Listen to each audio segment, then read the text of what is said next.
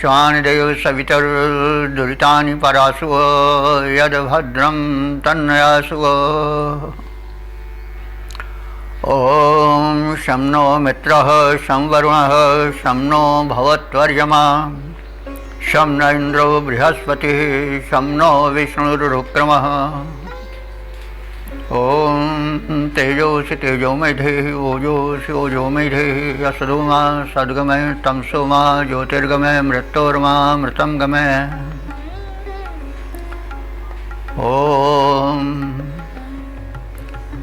वेद प्रेमियों, सुधी श्रोताओं, परम सौभाग्य का विषय है कि हम सब साक्षात परब्रह्म की वाणी ऋग्वेद के प्रथम मंडल के 59वें सूक्त की व्याख्या में प्रवेश करने जा रहे हैं। इस सूक्त में कुल 7 मंत्र हैं।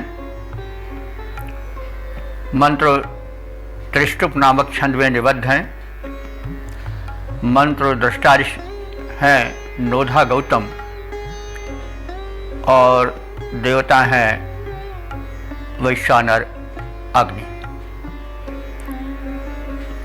तो अब सर्वप्रथम हमें वैश्वानर अग्नि का स्वरूप समझना अनिवार्य है। ये संभवतः सबसे प्रथम आने वाले देवता हैं जिनके विषय में इसके पूर्व मंत्र नहीं कहे गए हैं। तो वैश्वानर का अर्थ निरुक्त में और सायण के भाष्य में और अन्यान्य भाष्यकारों ने अलग अलग अर्थ में प्रयुक्त किया है। हमको सबका संक्षिप्त परिचय जान करके और जो उचित हो वह मार्ग निर्धारित करना है। वैश्वानर को सामान्य रूप से एक अग्नि का भेद माना गया है। इस वैश्वानर को सायण ने जाठर अग्नि के रूप में माना है। विशेषाम नराणाम जाठर रूपेण स्थितः अग्नि वैश्वानरः। विशेषाम माने संपूर्ण, नराणाम माने मनुष्यों प्राणियों को भी मान सकते हैं कि जाठर माने उदर में वो जठराग्नि बनकर रहती है, इसलिए वैश्वानर है। तो विशेषाम नराणाम जाठर रूपेण स्थित अग्नि ही जाठर अग्नि। और इसके विषय में यास्क ने अपने निरुक्त में लिखा है कि विश्वान नरान नयति कर्मणि कर्मसु प्रवृत्तिषु वह शक्ति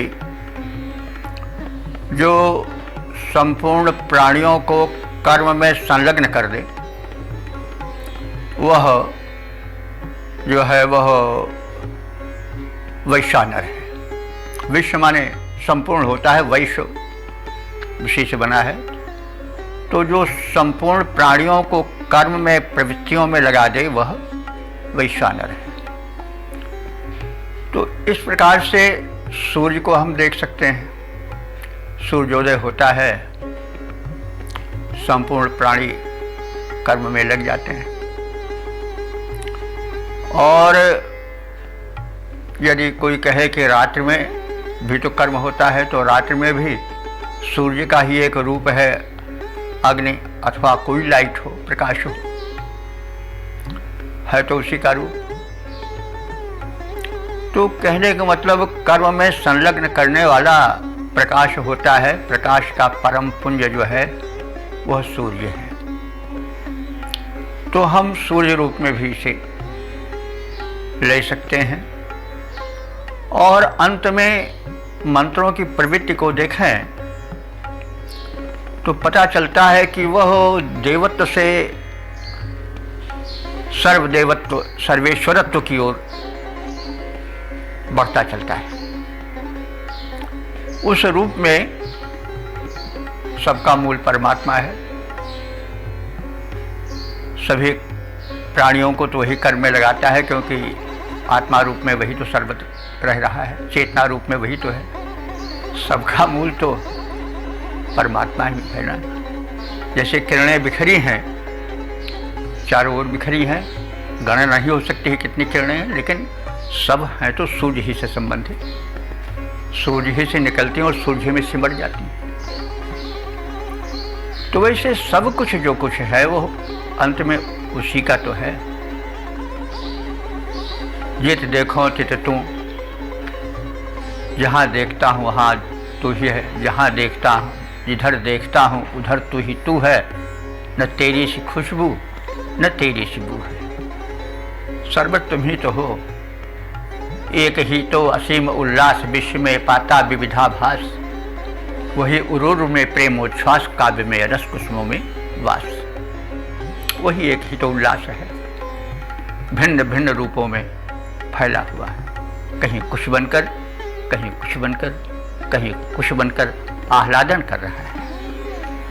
तो एक ही तो असीम उल्लास, विश्व में पाता विविधाभास। वही उरूर में प्रेमोच्छ्वास, काव्य में रस कुसुमों में वास। जो कुछ आकर्षण है सब वहीं से है। तो अंत में व्यक्तिवाद से सर्वेश्वरवाद की ओर ऋषि झुकता दिखाई देता है, हम देखेंगे मंत्रों में।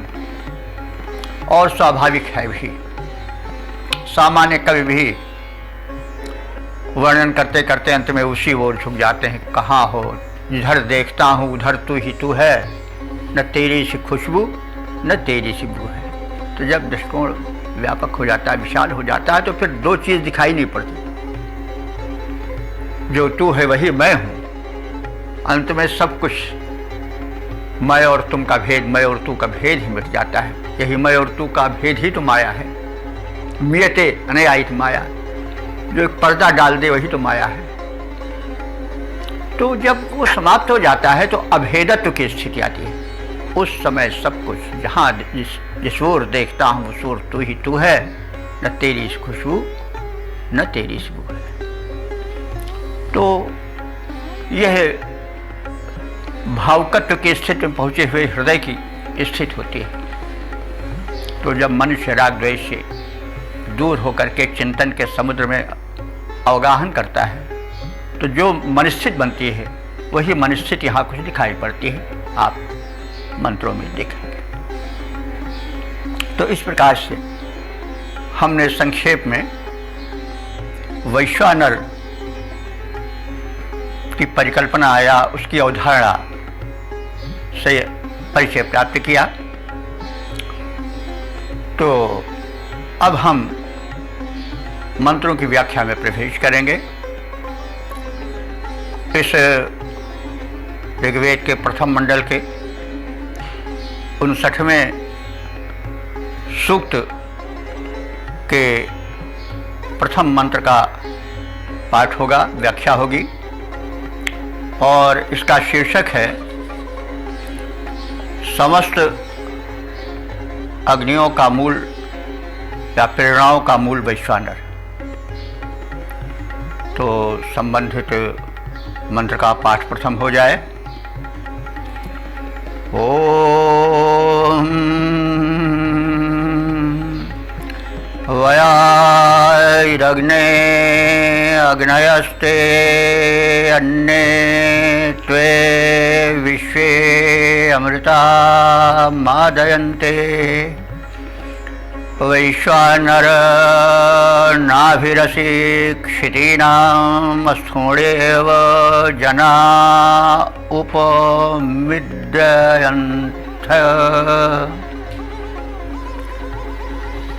शब्दार्थ जाने। अग्नि संबोधन है अग्नि का। तो यहाँ अग्नि से तात्पर्य है वैश्वानर अग्नि से। हे सर्वत्र व्याप्त अग्नि रूप परमात्मन। अंत में मन ढुलक करके परमात्मा की ओर ही जाता है, क्योंकि सर्वव्यापी तो वही है और तो सीमित व्याप्ति लिए हुए हैं, लेकिन सर्वत्र तो वही है। तो अग्नि, हे अग्नि रूप परमात्मन। अन्य अग्नयः, अन्य अग्नयः माने दूसरी अग्नियाँ। अग्नियों के तमाम भेद हैं, आप सब जानते हैं, कहने की आवश्यकता नहीं। तो अन्य जितनी प्रकार की अग्नियाँ हैं वे तुम्हारी ही अंश हैं। इसको यूँ भी कह सकते हैं कि हे परमात्मन, जितनी आत्मा रूपी स्फुलिंग हैं, चिंगारियाँ हैं, आत्माएं हैं, आत्मा रूपी अग्नियाँ हैं, ज्योतियाँ हैं, वो सब तुम्हारी ही ज्योति के तो अंश हैं। ऐसा भी ले सकते हैं। तो अन्य अग्नयः, अन्य प्रकार की सभी अग्नियाँ, अथवा हे परमात्मन, जितनी आत्मा रूप में छिटकी हुई ज्योतियाँ हैं वो सब तुम्हारी ही तो अंश हैं। तो वे सब ते वयाः, ते माने तुम्हारी, वय कहते हैं शाखा को। वय शाखा, वयाः शाखाएं, वे सब तुम्हारी ही तो शाखाएं हैं। इत माने ही, ते वयाः इत, वे सब तुम्हारी ही शाखाएं माने तुम्हारे ही अंश हैं। विश्वे अमृताः, विश्व माने संपूर्ण, अमृताः माने अमर शक्तियाँ, अर्थात दिव्य शक्तियाँ, देव शक्तियाँ। त्वमोदयन्ते, त्वमादयन्ते, तुझसे ही आनंदित होती हैं। दिव्य शक्तियों को दिव्यता और आनंद उस परम दिव्य शक्ति परमात्मा से ही मिलता है। तो विश्व अमृताः त्वमादयन्ते, संपूर्ण दिव्य शक्तियाँ तुमसे ही आनंद पाती हैं। वैश्वानर, नर माने होता है नेता भी। नेता वो है जो कि पथ दिखावे, संचालन करे, रास्ता दिखाए। तो हे वैश्वानर, हे विश्व के नेता, हे विश्व के संचालक,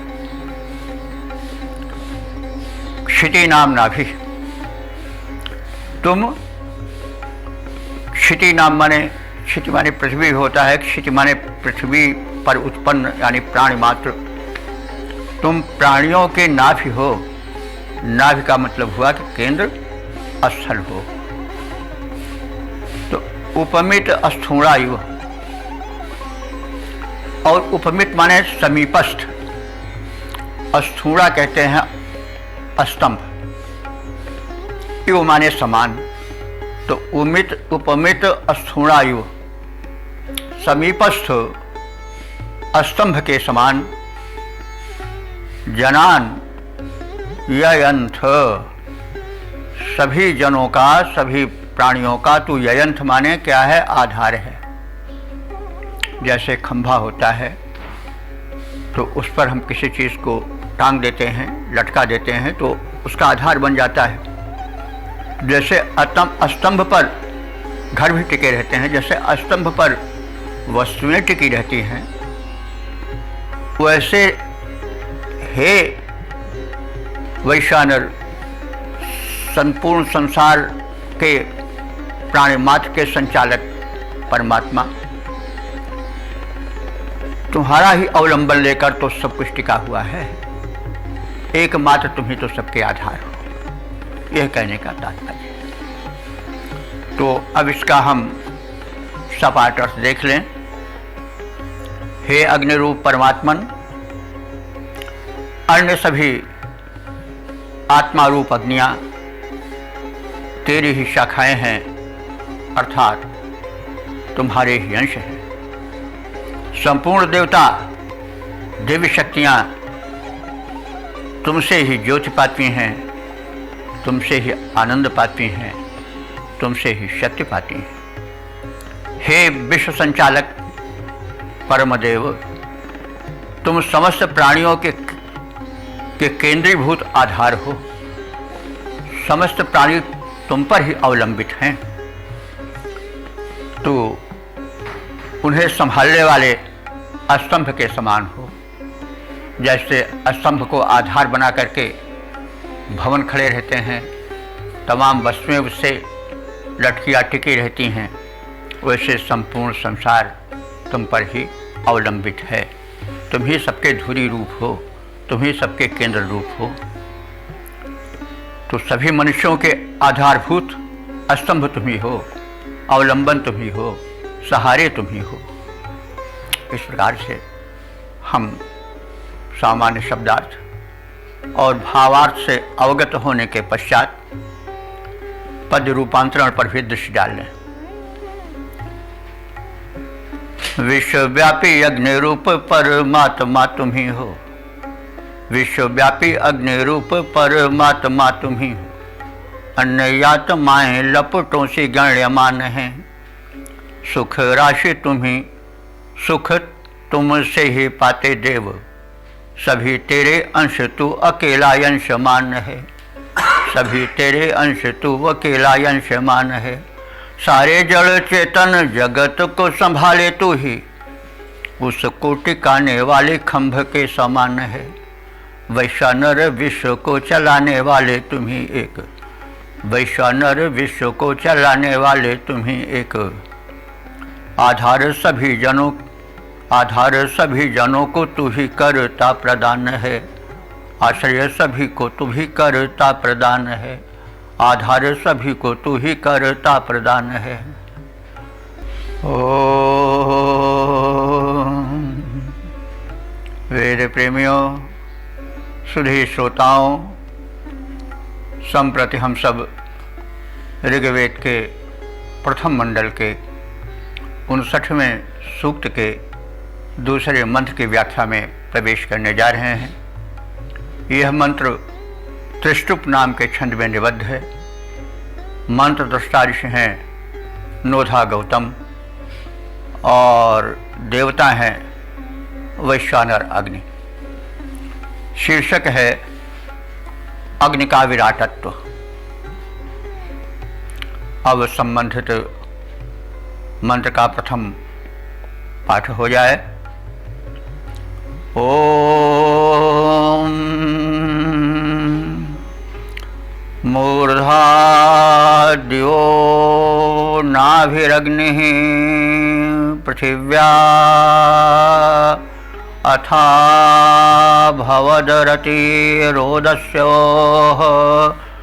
तं त्वां देवासो अजनयन्तो देवं वैश्वानर ज्योतिरिदार्याय।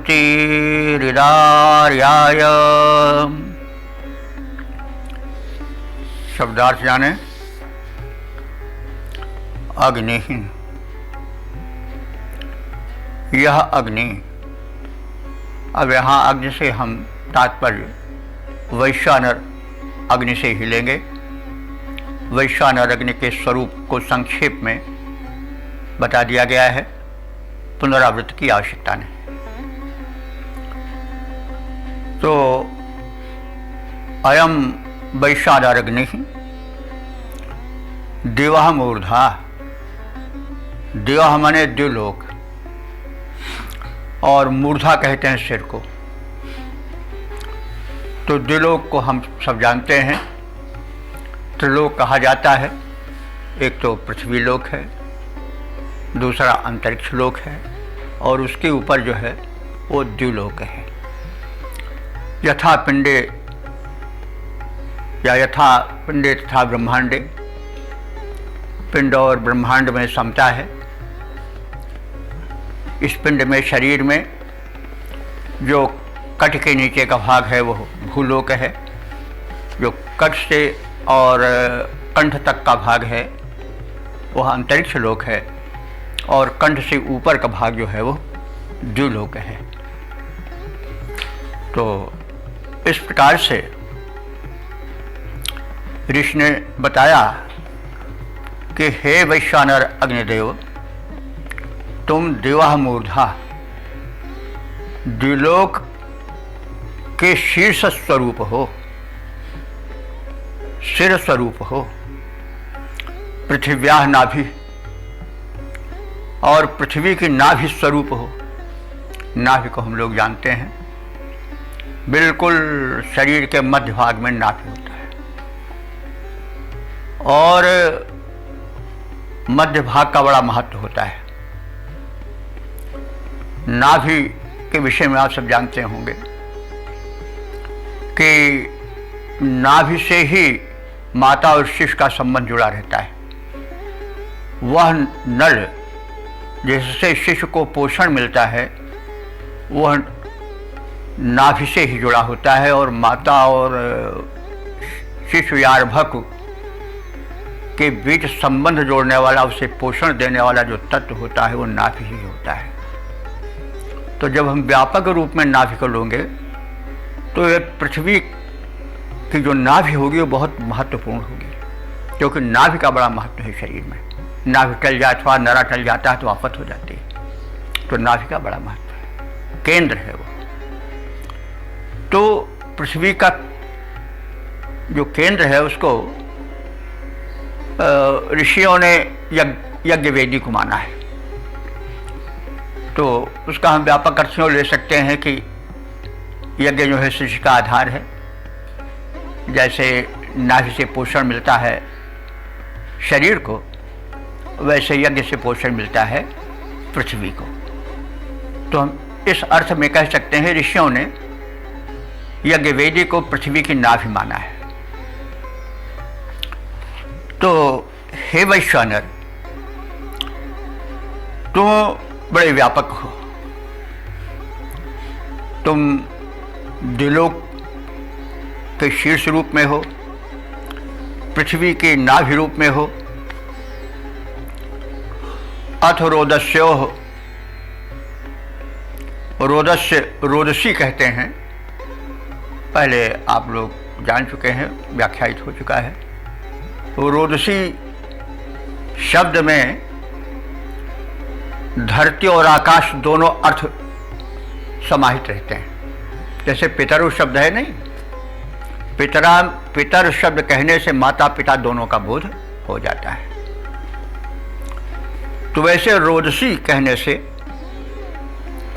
धरती और अंबर दोनों का बोध होता है। तो हे वैश्वानर अग्निदेव, तुम रोदसी के, अवनी और अंबर के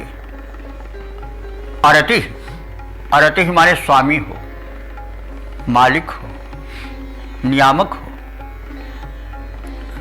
और ऐसे तम त्वा तुझ को, देवम देव को, ऐसे तुझ देव को देवासा, देवसा माने देवता लोग। देव शब्द का बहुवचन है देवासा। देवा देव, देवासा इस प्रकार से रूप चलता है। अगर वही लौकिक संस्कृत भी चलता तो देवा देव देवाह होता है।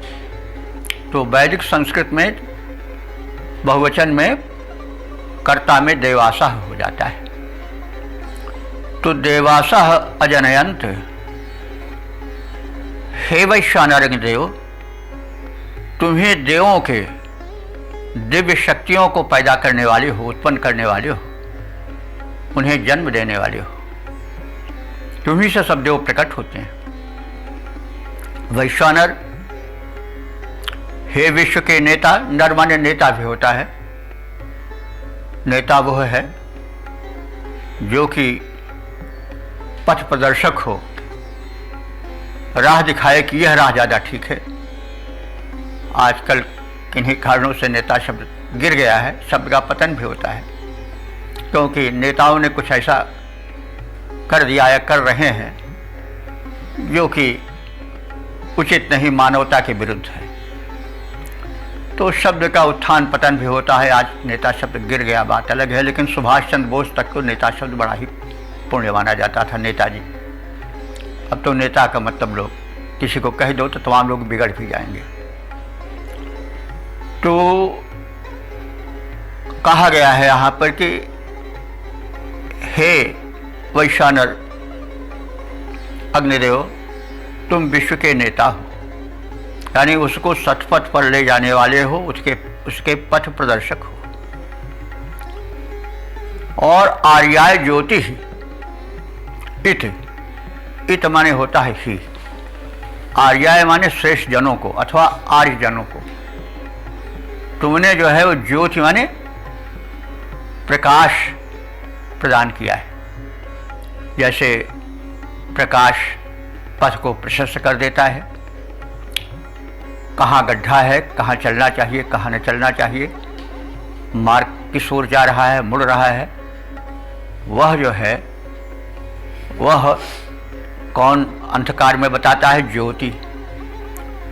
तो गमनीय क्या है, कहाँ चलना चाहिए, कहाँ न चलना चाहिए, कहाँ संभलना चाहिए, यह ज्योति बताती है। तो हे प्रभु, हे ज्योतिरूप परमात्मन, तुम हमारे पथ प्रदर्शक हो और हम आर्य जनों के, आर्य लोग अपने को, जो ये हम ऋषि संतान हैं, आर्य संतान हैं। आर्य वो है जो प्रगतिशील विचार वाला हो। आर्य सदैव प्रगतिशील विचार के थे, संकुचित विचार के नहीं थे। इसलिए उन्होंने बड़े गर्व से अपने को आर्य कहा कि हम लोग बस एक चीज़ पकड़े बैठे रहने वाले नहीं हैं, हम लोग कर्म क्षेत्र में बुद्धिमत्तापूर्वक, विवेकपूर्वक आगे बढ़ने वाले लोग हैं। तो आर्याय माने आर्य के लिए, आर्य जनों के लिए। हे वैश्वानर अग्निदेव, तुम उनके लिए प्रकाश स्वरूप हो, ज्योतिष स्वरूप हो। हम तुम्हें नमन करते हैं। तो इस प्रकार से शब्दार्थ जान लेने के पश्चात अब हम सपाट रूप से भावार्थ जान लें। यह वैश्वानर अग्नि विराट है, सर्वव्यापी है। यह द्विलोक के रूप में विराजमान है और यही पृथ्वी की नाभि है, केंद्र है। यही यज्ञवेदी है। यही वैश्वानर अग्नि जो है वो सूर्य रूप में आकाश का सिर है तथा यज्ञवेदी रूप में प्रज्वलित पृथ्वी की नाभि रूप में दिखाई देती है। अवनि और अंबर दोनों का स्वामित्व यही वैश्वानर अग्नि देव करते हैं। अग्नि देव को सभी देव प्रणाम करते हैं और ये जो वैश्वानर अग्नि देव हैं ये सभी दिव्य शक्तियों के जन्मदाता हैं। अग्निदेव संपूर्ण नेता हैं, अर्थात पूर्ण रूप से पथ प्रदर्शक हैं। किस रास्ते से चलना चाहिए, कहाँ नहीं चलना चाहिए आदि का बोध कराने वाले यही वैश्वानर रूप में व्याप्त प्रकाशक परमात्मा है। जगत प्रकाश प्रकाशक रामो, मायाधीश ज्ञान गुणधामो। तो जगत प्रकाश है और प्रकाशक तो वही राम है। राम माने जो सब में रमण करता है। तो चीज़ एक ही है, हम राम कहें, कृष्ण कहें या वैश्वानर कहें, सब घूम फिर के एक ही रूप में प्रकट होते हैं। तो ये वैश्वानर अग्निदेव जो परमात्मा के रूप में अंत में मन, हृदय, विचार उन्हीं पर जाकर अवलंबित हो जाता है। तो ये वैश्वानर परम प्रकाशक परमात्मा रूप में जो है प्रेरक शक्ति, वे सज्जनों को प्रकाश देते हैं और उनका पथ प्रदर्शन करते हैं। तो इस प्रकार से हमने वैश्वानर रूप परमात्मा का वो स्वरूप देखा जो परम प्रकाशक है, जो त्रिलोकव्यापी है और जो कल्याणकारी है। अब इसके छंदोबद्ध रूप को भी देख लें। अग्निदेव हैं भाल व्योम के, भूतल की हैं नाभि प्रकाम, नभि में वही सूर्य बन शोभित, अवनी में यज्ञाग्नि समान।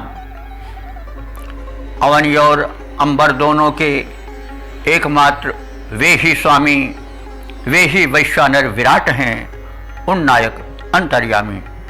सभी देव उनको प्रकटाते, सभी देव उनको प्रकटाते, उनके सभी उपासक हैं, वही विधायक नायक, वही परम प्रकाशक है। वही पुण्यवानों का करते मार्ग प्रदर्शन आठों याम, वही पुण्यवानों का करते मार्ग प्रदर्शन आठों याम। अग्निदेव हैं भाल व्योम के, भूतल की हैं नाभि प्रकाम, नभि में वही सूर्य बन शोभित, अमनि में यज्ञाग्नि ललाम। ओम वेद प्रेमियों, सुधी श्रोताओं, संप्रति हम सब ऋग्वेद के प्रथम मंडल के 59वें सूक्त के तीसरे मंत्र की व्याख्या में प्रवेश करने जा रहे हैं। यह मंत्र त्रिष्टुप नामक छंद में निबद्ध है।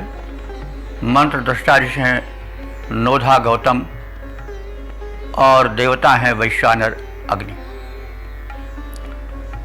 शीर्षक है सभी विभूतियों का मूल वैश्वानर अग्निदेव में निहित। अब संबंधित मंत्र का प्रथम पाठ हो जाए। ओम सूर्ये नरश्मयो ध्रुवासो,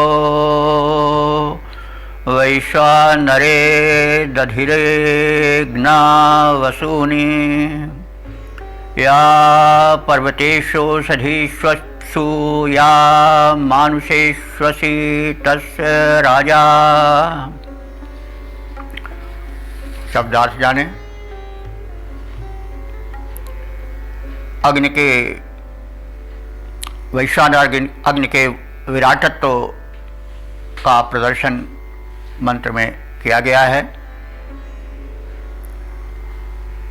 उपमा दी जा रही है कि सूर्य माने सूर्य में ध्रुवासा रश्मया ना, ध्रुवासा माने जैसे उसमें ध्रुव रहती हैं, माने स्थिर रहती हैं। कौन? रश्मया। रश्मया माने किरणें। जैसे सूर्य में ही सूर्य की समस्त किरणें अवस्थित रहती हैं और उसी सूर्य पिंड से सब निकल करके फैलती हैं अनंत आकाश में, अनेक ग्रह नक्षत्रों में, पृथ्वी पर भी वही आती हैं और अंत में सिमट करके सब उसी में समाहित हो जाती हैं। तो रश्मया ना शब्द है, इस विषय में कई बार कहा जा चुका है। जब संज्ञा शब्द के बाद में ना आता है तो वो समानार्थक होता है। तो सूर्य ध्रुवासा रश्मया ना, जैसे सूर्य में समस्त उसकी अगणित रश्मियाँ निहित रहती हैं, संचित रहती हैं और उसी से फैलती हैं, उसी तरह से वैश्वानरे अग्नाः,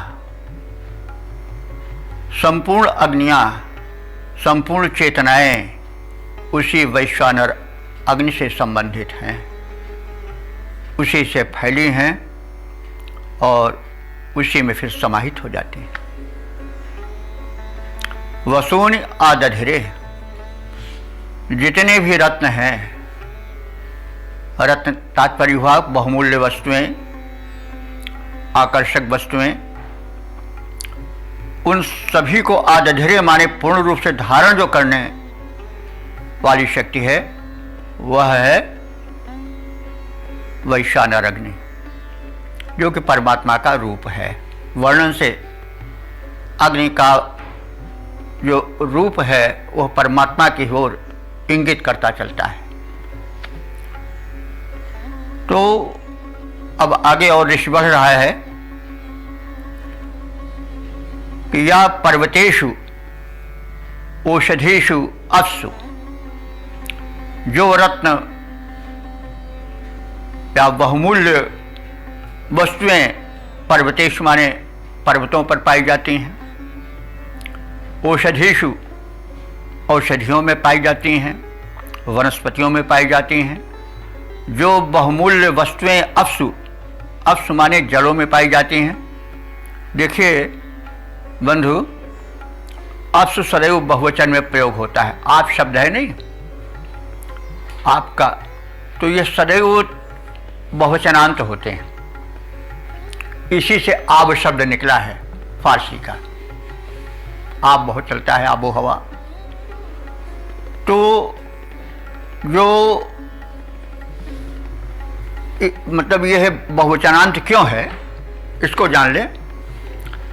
इस अप्सु शब्द में या जल जो आप शब्द है बहुवचनांत, इसमें केवल जो हम नल या कूप से निकाल करके जल पीते हैं वही नहीं आता। जितने जल हैं, फलों में, फूलों में, जो कुछ द्रव है जिसको हम जूस कहते हैं, रस कहते हैं, वो भी सब अप्सु में आ जाता है, आप में आ जाता है। तो यहाँ पर ऋषि बता रहा है कि जो कुछ दिव्यता पर्वतों में रत्न रूप में पाई जाती है, जो औषधियों वनस्पतियों में पाई जाती है दिव्यता, और जो अप्सु में जूसेज में जल या रसों में पाई जाती है, और मानुषेषु जो वैशिष्ट, जो महत्ता मनुष्यों में सन्निहित है, दया, करुणा, उपकार, शौर्य,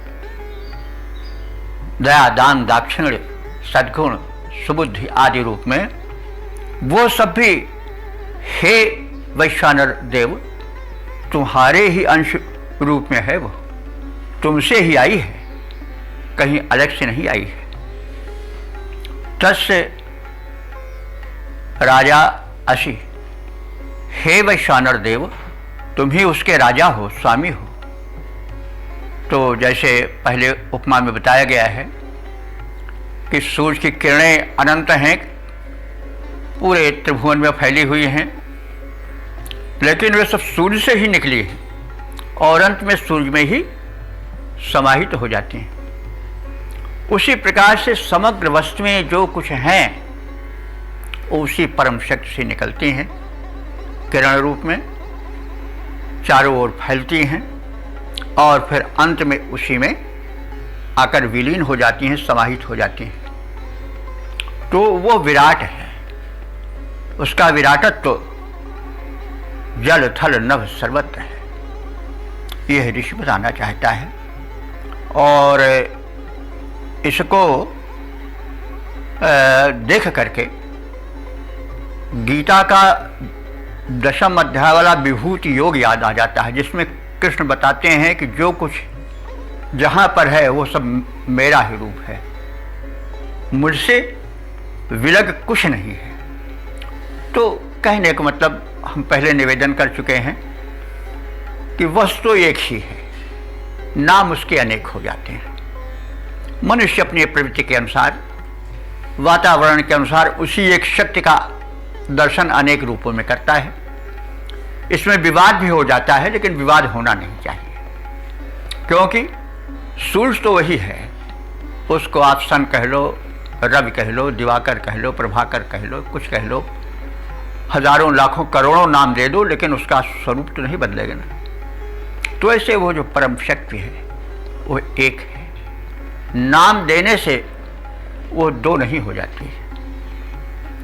ये बात अलग है कि उसमें अनंत गुण है इसलिए उसके अनंत नाम हो सकते हैं, यह अलग की बात है। तो इसमें विराटत्व की कल्पना की गई है कि एक ही तो असीम उल्लास विश्व में पाता विविधाभास, वही उरूर में प्रेमोच्छ्वास काव्य में रस कुसुमों में वास। जो कुछ आनंदप्रद है, जो कुछ आकर्षक है, जो कुछ वैचित्र धारण किए हुए हैं, वो सब उसी एक से निकला है, उसी की विभूत सर्वत्र फैली हुई है। अब वो अलग अलग लोग नामों से संबोधित करते हैं, वो बात अलग है। अब हम इस का सपाट रूप में भावार्थ देख लें। जैसे किरणें बिखरी हुई भी सूर्य से संबंधित रहती हैं, उसी में स्थित रहती हैं और उसी से निकलती हैं, उसी प्रकार वैश्वानर अग्निरूप परमात्मा में संपूर्ण समृद्धियाँ, संपूर्ण वस्तुएं सुस्थापित रहती हैं और उसी से निकल करके विश्व भर में प्रसरित होती हैं, उपलब्ध होती हैं। नाम उनके अलग अलग हो जाते हैं, बात अलग है। जो विभूतियाँ पर्वतों में सन्निहित हैं, जो विभूतियाँ ऐश्वर्य औषधियों में सन्निहित है, जो जलों में, जूसों में, द्रव में प्राप्य है, जो मनुष्यों में दया, करुणा, प्रेम, क्षमा, उदारता, बंधुत्व आदि रूप में फैला हुआ है, वो भी सब उसी का रूप है। और जो कुछ यावत दृश्यमान है, जो कुछ विराजमान है, वो सब उसी का अंश है। अंशी तो एक है, उसके अंश अनेक हैं। तो इस तरह से हमें अपने दृष्टिकोण को व्यापक बनाना चाहिए। हमें संकुचित दृष्टिकोण से निकल करके व्यापकत्व में प्रवेश करना चाहिए। मंत्र ही उपदेश देता है, और एक बात को अगर हम मान लें तो हम धन्य हो जाएंगे और अपने जन्म को धन्य कर देंगे और वसुधा तल को धन्य कर देंगे। ऐसे ही विचारों वाले महामानव हो जाते हैं, राम बन जाते हैं, कृष्ण बन जाते हैं। तो इस प्रकार से हमने इसके संक्षिप्त शब्दार्थ और भावार्थ से ज्ञान प्राप्त किया, और अब इसके पद रूपांतरण पर दृष्टि डालें। औषधि पहाड़ों, जल, थल और मानवों में संपत्ति विभूति जो भी जहाँ दृष्टि आती है, प्रादुर्भाव तुमसे ही, प्रादुर्भाव तुमसे ही, तुमसे जुड़ी हैं सभी, तुम्हें से निकल सभी छवि छिटकाती हैं। जैसे रवि रश्मियाँ विकीर्ण चारों ओर, किंतु कभी वे न सूर्य से बिलग गिनी जाती हैं। वैसे जो भी जितनी विभूतियाँ जहाँ भी कहीं, स्वामी तुम्ही यही सत्य बुद्धि जान पाती है। स्वामी तुम्ही यही सत्य बुद्धि जान पाती है।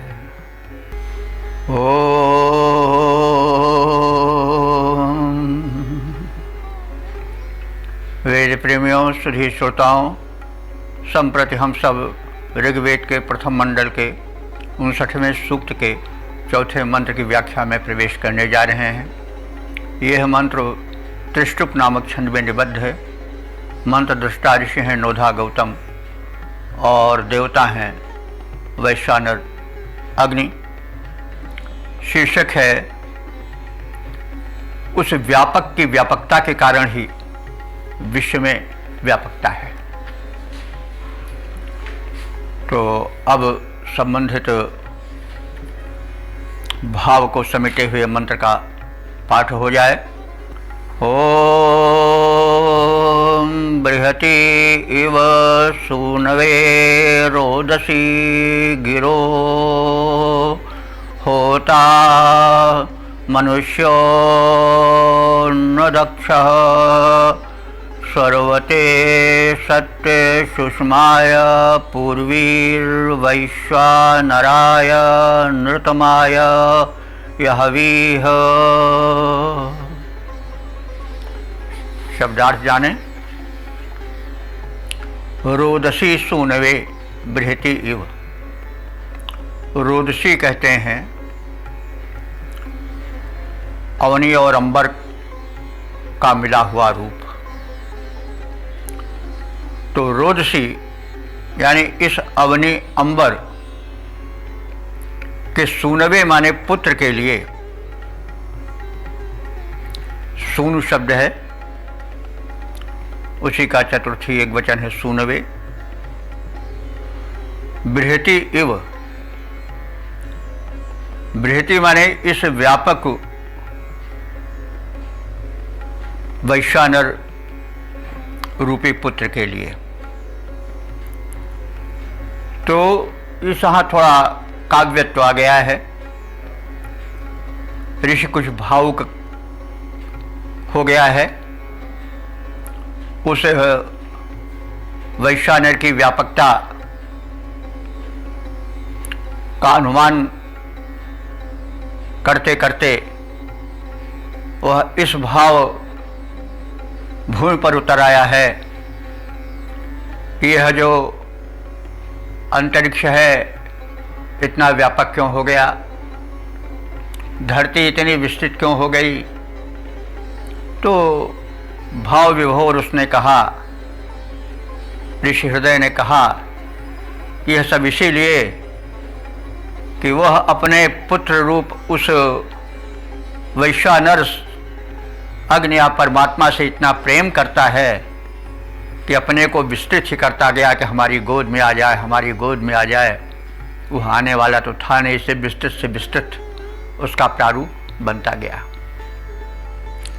यानी आकाश और पृथ्वी इतने विस्तृत क्यों हो गए हैं, वह उसी वैश्वानर रूपी परमात्मा के प्रेम के कारण हो गए हैं। जैसे कोई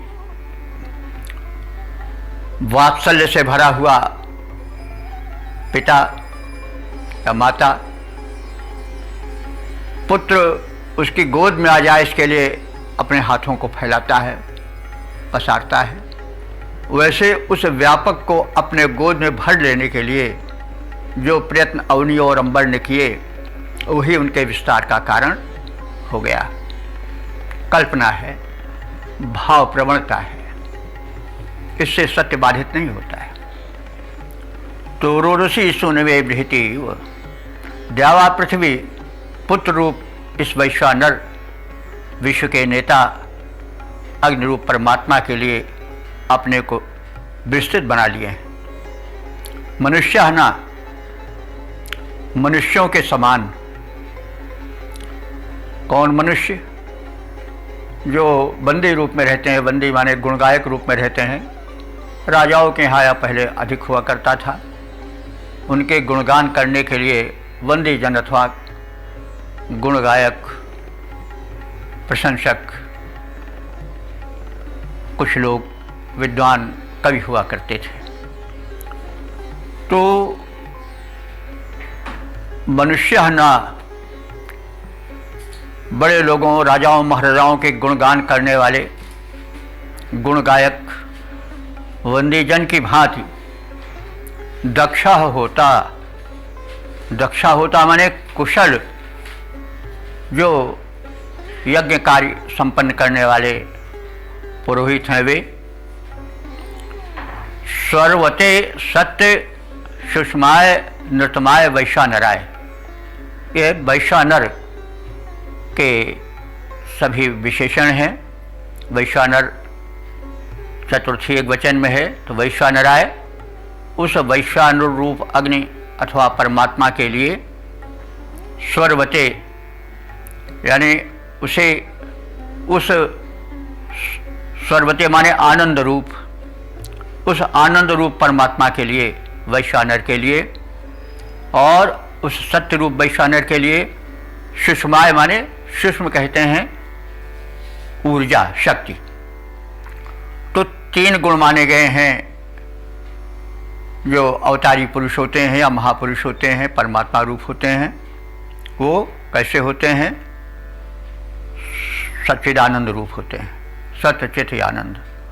तो उस सर्वते माने आनंद स्वरूप, उस सत्य स्वरूप, उस शक्ति स्वरूप नृतमाय वैश्वानराय सर्वोत्तम नेता रूप वैश्वानर के लिए, इस सामर्थ्यवान के लिए पूर्वी ही हवि गिरा। पूर्वी ही हवि माने प्राचीन काल से चली आती हुई जो स्तुति की परंपरा थी उसका निर्वाह करते हुए गिरा माने अपने स्तुति वाणियों से उसके गुणगान को करते आ रहे हैं। यानी दो बातें कही गई कि यह जो वैश्वानर रूप में व्याप्त प्रकाशक तेजो स्वरूप परमात्मा है, वो द्यावा पृथ्वी का पुत्र है मानो।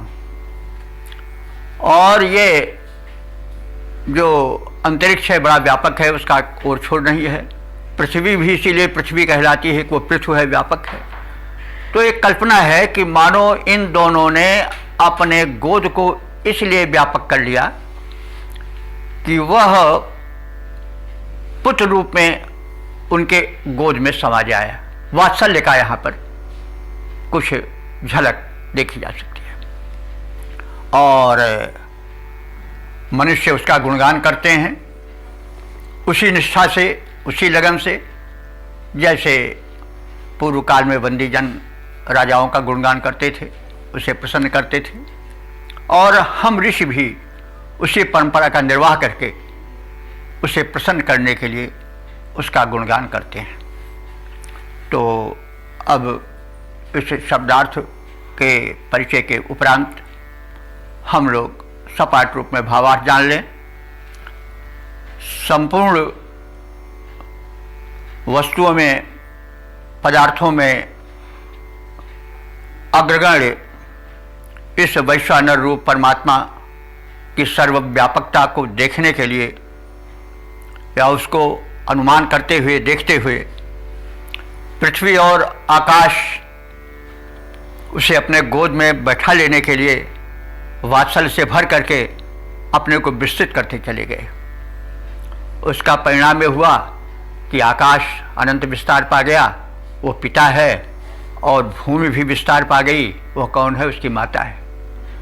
तो यानी पृथ्वी लोक और अंतरिक्ष लोक उस व्यापक ब्रह्म की व्यापकता से और उसके वात्सल्य से आपूरित होकर के उसको अपने गोद में संभालने के लिए इतने आतुर हो गए कि वे विस्तृत होते गए। उसका स्वरूप विस्तृत है और उसको विस्तृत करते करते अपने गोद को फैलाते फैलाते, हाथ को फैलाते फैलाते वो भी इतने व्यापक हो गए। ये कल्पना है, और कल्पना में एक आनंद है, एक वात्सल्य झलक रहा है। तो संपूर्ण में अग्रगण्य इस वैश्वानर रूप परमात्मा की सर्वव्यापकता को देखते हुए पृथ्वी और आकाश इतने विस्तृत होते गए कि आज उनका विस्तार अनंत हो गया है। जैसे सामान्य मानव आश्रयदाता के गुणगान करते आते हैं, करते रहे हैं, वैसे जो उस पर ब्रह्म के स्तोता हैं, उस वैश्वानर के स्तोता हैं, स्तुत करता हैं, वे भी उसके सत्य स्वरूप, उसके शक्ति स्वरूप, उसके आनंद स्वरूप का ध्यान करते हुए उसकी प्रशंसा में, उसकी भक्ति में स्तुति के गीत गाते हैं, स्तोत्र का गायन करते हैं, मंत्रों का उच्चारण करते हैं और उस अग्रगण्य परमात्मा के लिए सुनिश्चित पुरातन श्रेष्ठ स्तुतियों का गुणगान करते रहते हैं। अब इसका पद रूपांतरण देख लें। व्यापक परब्रह्म है इतना, इसकी व्यापकता अवलोक। व्यापक परब्रह्म है इतना, इसकी व्यापकता अवलोक। सुतवत उसे क्रोडगत करने, अवनी अंबर बढ़े विशोक। आश्रित नर आश्रयदाता के गुणगण जैसे गाते हैं, भांति भांति से उसे सुनाते, जैसे उसे रिझाते हैं। जो विश्वेश सत्य सर्वेश्वर, जो विश्वेश सत्य सर्वेश्वर, सर्वश्रेष्ठ सबका स्वामी स्तोता उसके गुण गाते, वैसे ही बनकर अनुगामी श्रेष्ठ पुरातन स्तोत्रों से फैला उसका दिव्यालोक व्यापक परब्रह्म है इतना, उसकी व्यापकता अवलोक। सुतवत उसे क्रोडगत करने, अवनी अंबर बढ़े विशोक।